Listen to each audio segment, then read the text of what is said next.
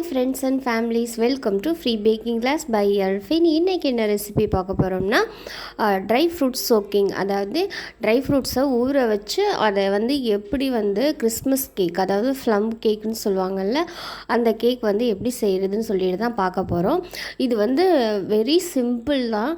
இதோட ஒரிஜினல் ரெசிப்பியை மாற்றிட்டு நிறைய பேர் ஆல்ட்ரு கொண்டு வந்துட்டாங்க. அதாவது ஊற வைக்க டைம் இல்லை, சோக் பண்ண டைம் இல்லை, அந்த மாதிரி நிறைய காரணங்கள்னால ஆல்டர்னேட்டிவாக ஒன்று கொண்டு வந்துட்டுவாங்க. அதாவது ஆரஞ்சு பழ ஜூஸை எடுத்து அதை அந்த ட்ரை ஃப்ரூட்ஸ் சோக் பண்ணி வைக்கிறாங்க.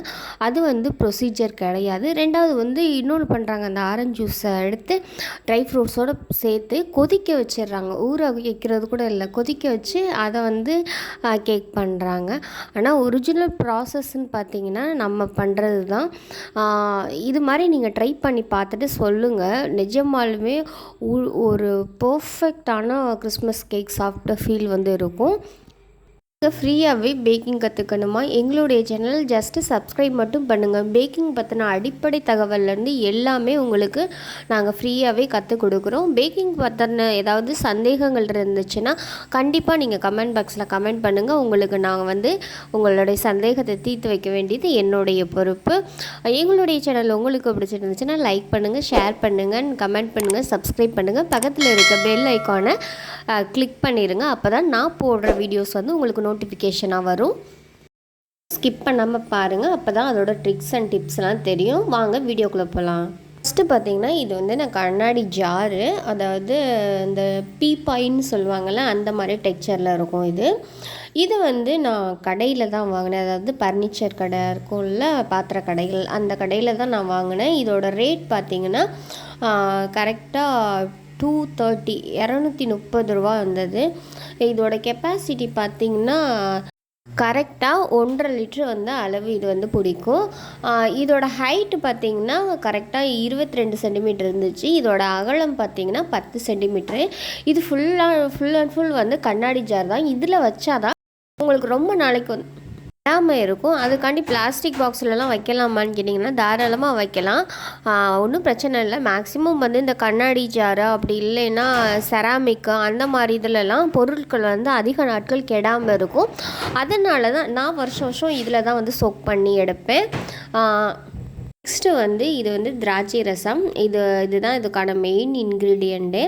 இது எல்லா இடத்துலையும் அவ்வளோ சீக்கிரத்தில் கிடச்சிராது. எனக்கு எங்களோட அண்ணி வாங்கி அனுப்பியிருந்தாங்க. அதாவது இது 1 லிட்ரு 120 ரூபா அந்த ரேஞ்சு. ஆனால் இதை விட எக்ஸ்பென்சிவ் தான், அதாவது ஆரஞ்சு பழ ஜூஸு. ஆனால் அதில் அவ்வளோ பர்ஃபெக்டாக வருமானு கேட்டிங்கன்னா வராது. நீங்கள் இந்த திராட்சை ரசத்தில் ஊற வச்சு எடுத்து சோக் பண்ணிங்கன்னா தான் பர்ஃபெக்டான ரெசிபி கிடைக்கும்.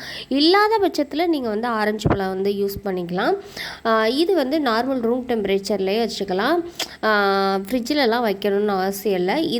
இது வெளியில் இருக்க தான் இதுக்கு லைஃப் நல்லா இருக்கும். அதாவது பழசு ஆக ஆக தான் இதோட டேஸ்ட்டே ரொம்பவே நல்லா இருக்கும். நெக்ஸ்ட்டு பார்த்திங்கன்னா வச்சு தான் நம்ம இன்றைக்கி ஊற வச்சு எடுக்க போகிறோம். நான் பாதாம் பருப்பு எடுத்திருக்கேன். இதை நல்லா தூசிகள் எதுவும் இல்லாத அளவுக்கு லைட்டாக கழுவிட்டு லைட்டாக நல்லா காய வச்சு எடுத்திருக்கேன். இதை இப்படி முழுசாகவே சேர்க்க முடியாது, அதே மாதிரி துருவியும் இதில் சேர்க்க முடியாது. இந்த மாதிரி ஒரு கத்தி எடுத்து நல்லா ஒரு பாதாமை ஒரு 4 பீஸாக கட் பண்ணலாம். அந்த மாதிரி கட் பண்ணி எடுத்துக்கோங்க. இப்போ இந்த மாதிரி கட் பண்ணும்போது தான் உங்களுக்கு அந்த திராட்சை ரசத்தில் ஊறி அது நல்லா இருக்கும். ரொம்ப பொடியாக கட் பண்ணிட்டிங்கன்னா அது ஒரு சில டெய்லி நம்ம குலுக்கி வைக்கும்போது அது ஒரு சில நேரத்தில் நொறுங்கிரும். அப்படி இல்லைன்னா அது வாயிலே கடிப்படுறதே தெரியாமல் போயிடும். நம்மளுக்கு அந்த ஃப்ரூட்ஸ் வாயில் கடிப்படணும், அப்போ தான் டேஸ்ட் பர்ஃபெக்டாக வரும். ஃப்ரூட்ஸை இந்த மாதிரி நான் கட் பண்ணி எடுத்துக்கிறேன். பாருங்கள், இந்த மாதிரி சைஸில் தான் இருக்கணும், ரொம்ப பொடியாக கட் பண்ணிடாதீங்க. இப்போ எல்லாத்தையும் நான் இதை ஒரு பவுலில் ட்ரான்ஸ்ஃபர் பண்ணிக்கிறேன். நம்ம செய்ய போகிறதுக்கும் நான் ஒரு பாத்திரம் எடுத்திருக்கேன். இந்த பாத்திரம் ஒரு துளி கூட ஈரம் இருக்கக்கூடாது, எல்லாமே நல்லா ட்ரையாக இருக்கணும். இதில் நான் கட் பண்ண பாதாமை சேர்த்துக்கிறேன். அதுக்கப்புறமா நான் கொஞ்சம் திராட்சை, அதாவது கருப்பு திராட்சை எடுத்துக்கிறேன். அது கூடவே நான் பொடியாக, அதாவது உடச்சி போட்ட முந்திரி எடுத்துக்கிறேன். அதுக்கப்புறம் பார்த்திங்கன்னா இந்த கிஸ்மிஸ் பழம்னு சொல்லுவோம்ல, அதாவது நம்ம பாயசத்துக்கு பொங்கலுக்கெல்லாம் போடுவோம்ல திராட்சை, அதையும் சேர்த்துக்கிறேன். அதுக்கப்புறமா பார்த்திங்கன்னா டியூட்டி ஃப்ரூட்டி இருக்குல்ல, அதையும் நான் நான் சேர்த்துக்கிறேன். அதுக்கு இது எல்லாத்தையும் ஓரளவுக்கு நம்ம வந்து ஜென்டலாக மிக்ஸ் பண்ணி எடுத்துக்கோங்க. அளவுகள்னு எதுவுமே தேவையில்லை. நம்ம எவ்வளோதுக்கு வேணாலும் நம்ம ஊற வச்சுக்கலாம். ஊற வச்சுட்டு ஊறினதுக்கப்புறம் அதிலிருந்து அரை கப் 1 கப்னு எடுத்து அந்த மாதிரி தான் நம்ம வந்து கேக்குக்கு யூஸ் பண்ணுவோம். அதனால அப்போ கேக் ஆர்டர் நிறையா இருக்குன்னா நீங்கள் நிறையா யூஸ் பண்ணலாம். நான் இப்போதைக்கு வந்து கரெக்டாக நான் வந்து 750 கிராம் எடுத்திருக்கேன். அதாவது 750 கிராம் வந்து எடுத்திருக்கேன். 3/4 கிலோவுக்கு எடுத்திருக்கேன். அடுத்து பார்த்திங்கன்னா டேட்ஸ் இதில் வந்து சேர்க்கணும். இது வந்து கீமா டேட்ஸ்ன்னு சொல்லுவாங்கள்ல, அந்த டேட்ஸு. இது வந்து பிசு பிசுன்னு இருக்கும், அதாவது கையில் ஒட்டும், அந்த மாதிரி அதை கட் பண்ணலாம் முடியாது. இது வந்து நார்மல் டேட்ஸு, அதாவது இதை வந்து கட் பண்ணி பீஸாக எடுக்கலாம். அதுக்கும் இதுக்கு என்ன டிஃப்ரெண்ட்னா, அது கீமா டேட்ஸுங்கிறது நல்ல பழமானது. இந்த நார்மல் டேட்ஸ் வந்து அது வந்து கொஞ்சம் காயாக இருக்கும்போதே அதை இது பண்ணிடுவாங்க. இதையும் நம்ம வந்து சேர்க்கணும்.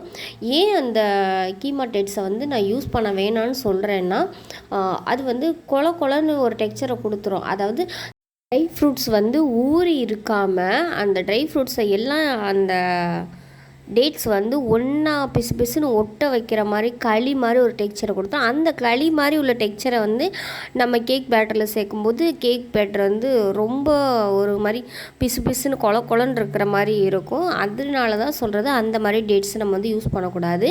இப்போ நான் கட் பண்ண டேட்ஸை வந்து இந்த ட்ரை ஃப்ரூட்ஸ் கூட சேர்த்துக்கிறேன். இப்போ வந்து இதுக்கு எல்லாத்துக்கும் மெஷர்மெண்ட் இல்லையான்னு நீங்கள் கேட்கலாம். மெஷர்மெண்ட்டுங்கிறது இல்லை. இப்போ நான் வந்து முந்திரி எனக்கு நிறைய பிடிக்கும்னா முந்திரி நிறையா போட்டுக்கலாம். இதுலேயே வந்து கிரான்பெர்ரி, அதாவது ரெட் கலர் ஜெர்ரிஸ் இருக்கும்ல, அந்த இது, அதுக்கப்புறம் வந்து ஸ்வீட் ஆரஞ்சுன்னு சொல்லுவாங்க, அந்த ஸ்வீட் ஆரஞ்சு, அந்த மாதிரி இதெல்லாம் நிறையவே யூஸ் பண்ணலாம். ஆனால் இப்போலாம் ஸ்வீட் ஆரஞ்சு எப்படி வருதுன்னா கலர் ஆட் பண்ணி வருது. அதாவது ஸ்வீட் ஆரஞ்சை வந்து சுகர் சிரப்லேயோ அல்லது தேன்லேயோ ஊற வச்சு ட்ரை ஆக்கி வச்சுருப்பாங்க. அதெல்லாம் சேர்த்தா இன்னும் ஃப்ளேவராக இருக்கும். ஆனால் இப்போலாம் அது வந்து ரொம்ப ஆர்டிஃபிஷியலாக கெமிக்கல் கலந்து வர்றதுனால ஹெல்த்தியான ஃப்ரூட்ஸை வச்சு செய்யலாம் அப்படிங்கிற கான்செப்டில் தான் அதெல்லாம் சேர்க்காமல் பண்ணுறேன். இந்த டேட்ஸ் எல்லாம் சேர்த்துட்டு நல்லா கலந்து எடுத்துக்கோங்க. அதாவது ஒரு சில நேரங்களில் பேரிச்சம்பழம் மட்டும் ஒரு இடத்துல நிறைய ஒட்டிகிட்டு இருக்கலாம். அதெல்லாம் எல்லாத்தையும் ஒன்று சேர்ந்து கலந்துட்டு ஒரு குட்டி பவுல் வச்சுட்டு அதில் வந்து நல்ல ஒரு சுத்தமான காட்டன் துணி எடுத்துக்கோங்க. அந்த காட்டன் துணியில் நான் ஒரு 6 கிராம் எடுத்துக்கிறேன். சமையலுக்கு யூஸ் பண்ணுவோம்ல, பிரியாணிக்கெலாம் அந்த ஸ்பைசஸ் தான். அதில் வந்து 6 கிராம் எடுத்துருக்கிறேன். அதுக்கடுத்து பார்த்திங்கன்னா நான் என் விரலை விட 1 இன்ச்சு கூட அந்த அளவுக்கு பட்டை எடுத்துருக்கேன். இந்த பட்டையையும் இதில் வந்து உடச்சி போட்டுக்கிறேன். அதாவது அந்த ஒயிட் கிளாத்துக்குள்ளே வச்சு நம்ம க்ளோஸ் பண்ணணும். அதனால் அது வந்து சின்னதாக உடச்சி போட்டுக்கிறேன். அது கூடவே நான் கரெக்டாக 3 ஏலக்காய் சேர்த்துருக்கேன்.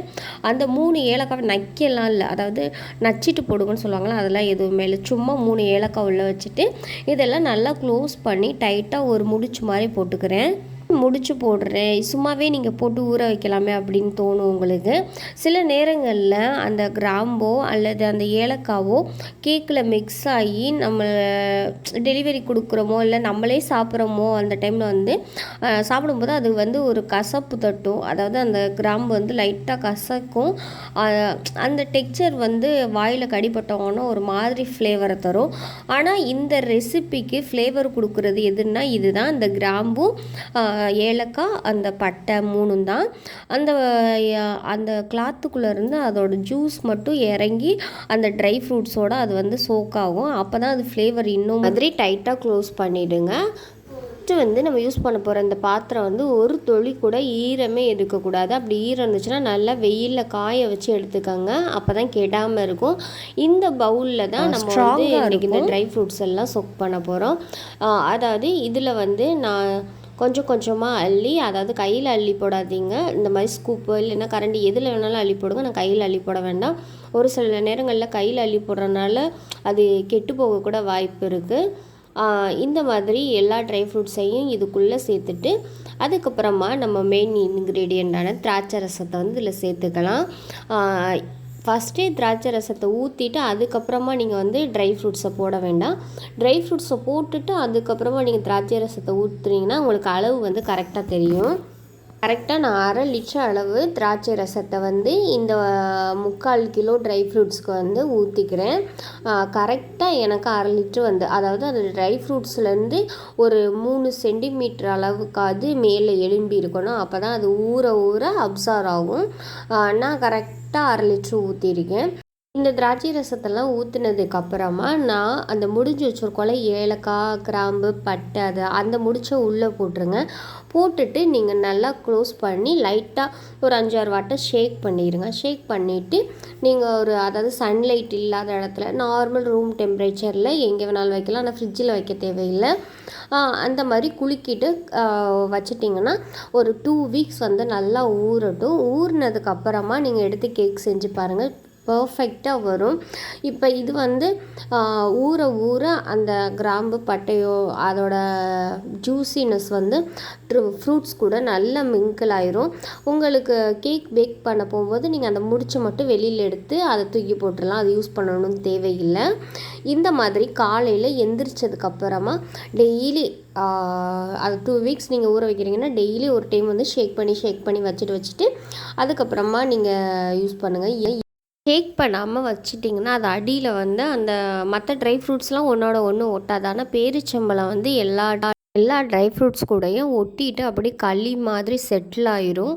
அந்த ஒரு ப்ராப்ளம் வராமல் இருக்கிறதுக்கு தான் நம்ம வந்து டெய்லி நீங்கள் காலையில் தான் குளுக்கணும்னு இல்லை, ஈவினிங் உங்களுக்கு டைம் எப்போ கிடைக்குது ஒரு நாளைக்கு ஒரு டைம் வந்து நீங்கள் அதை ஷேக் பண்ணிவிட்டு வைங்க. அப்போ வந்து உங்களுக்கு அந்த களி மாதிரி செட் ஆகி கிடைக்காது. ட்ரை ஃப்ரூட்ஸ் தனித்தனியாக இருக்கும். அப்போ பேட்டரியில் மிக்ஸ் பண்ணி நீங்கள் கேக் பண்ணும்போது அது பர்ஃபெக்டாக வரும். இந்த ரெசிபியை நீங்கள் ட்ரை பண்ணி பார்த்துட்டு ஃபீட்பேக் எனக்கு சொல்லுங்கள்.